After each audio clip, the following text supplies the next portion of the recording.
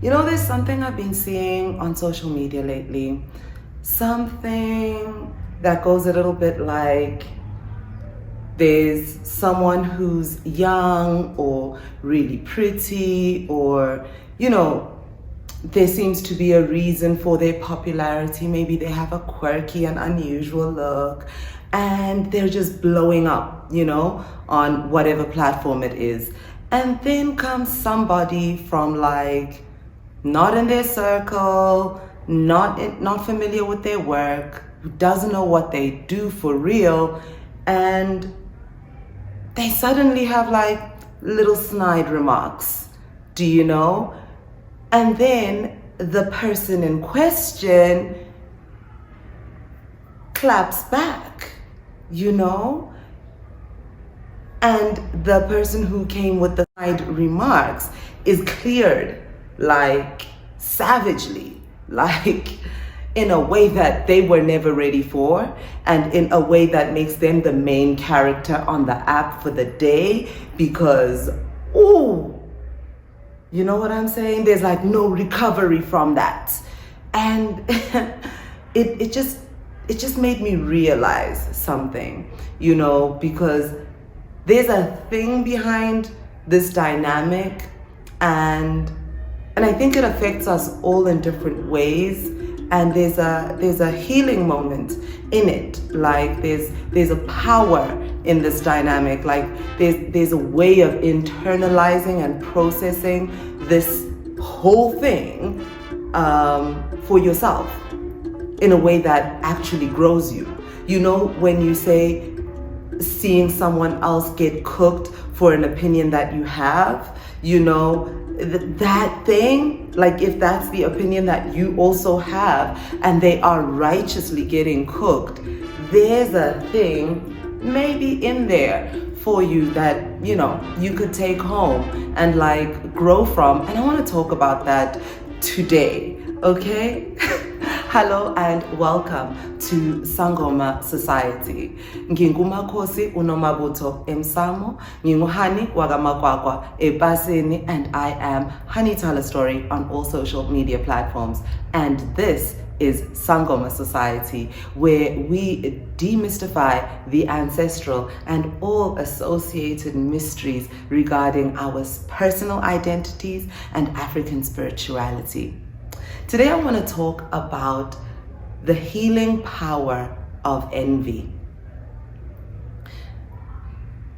You see, the thing is, it's really hard to see when you're envious sometimes.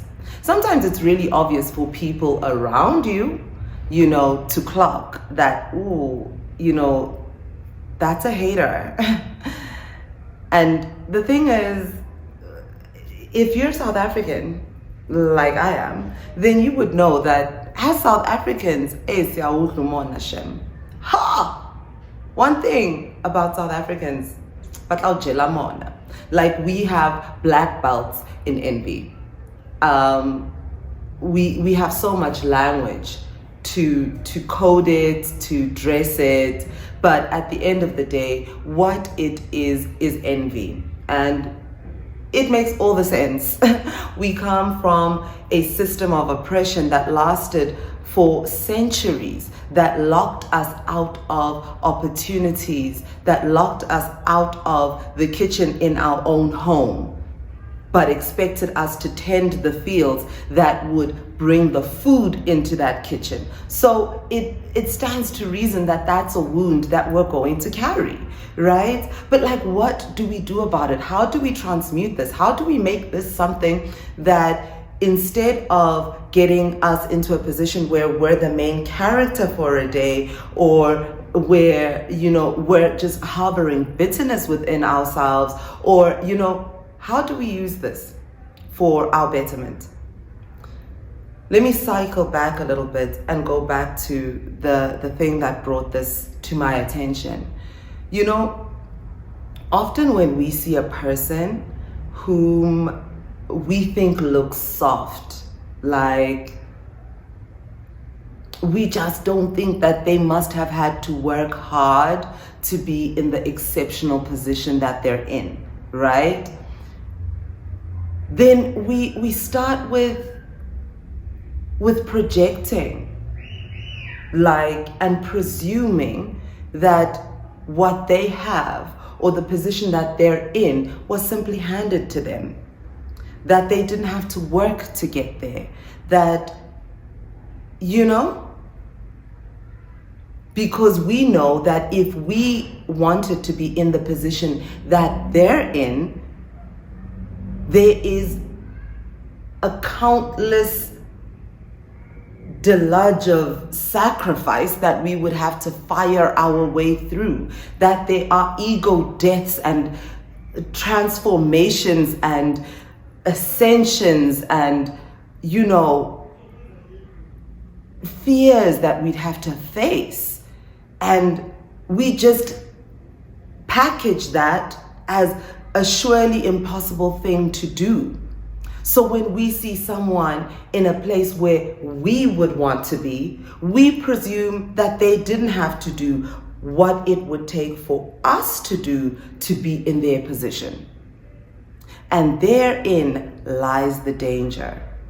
Because if you're thinking that they're just over there because somebody handed it to them and not because they worked to be there, that's how you find yourself becoming the main character of the day. That's how you find yourself getting cleared out of the stratosphere.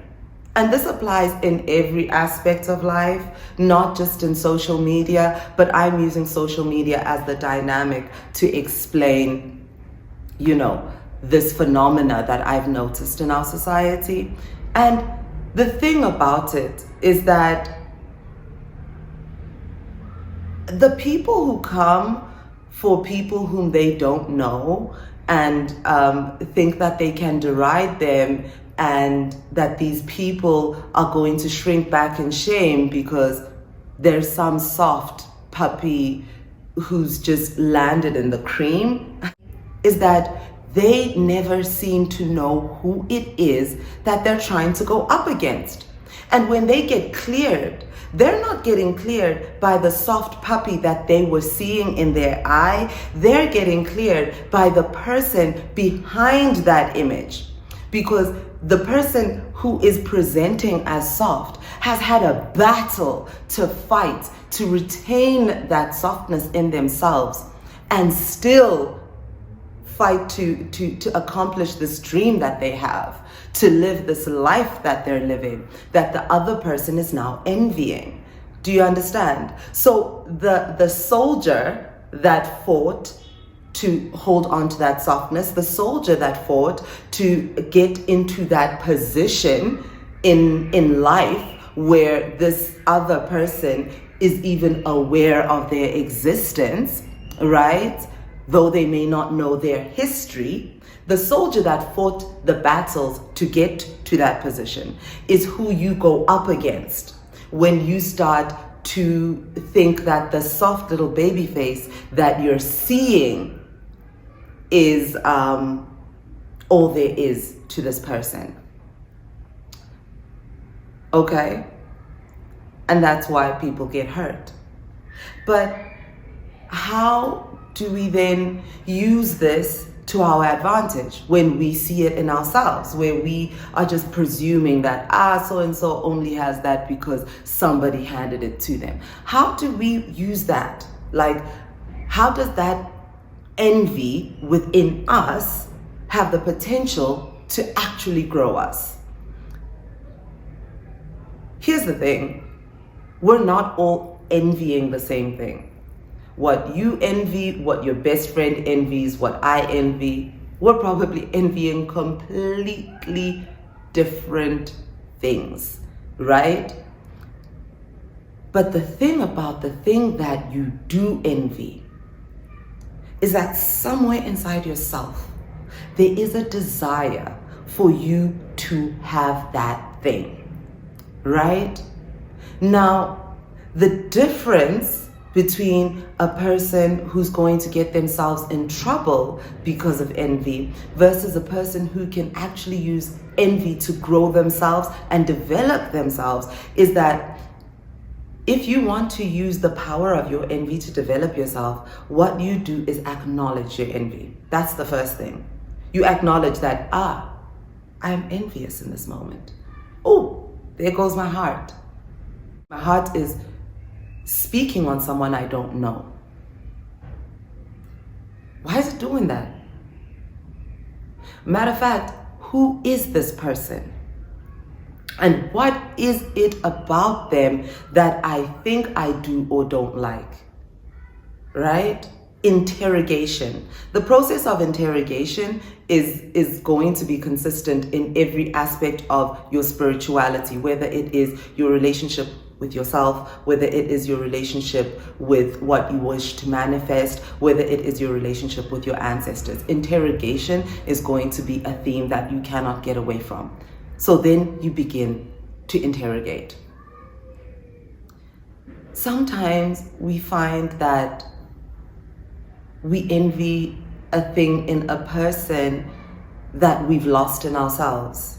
And then we're given direction. Oh, I yearn to rekindle this thing within myself.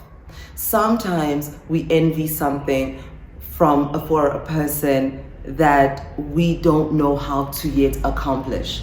And in that case, sometimes getting to know a little bit more about how this person actually got to where they are can inform us how we could possibly begin to get to where they are.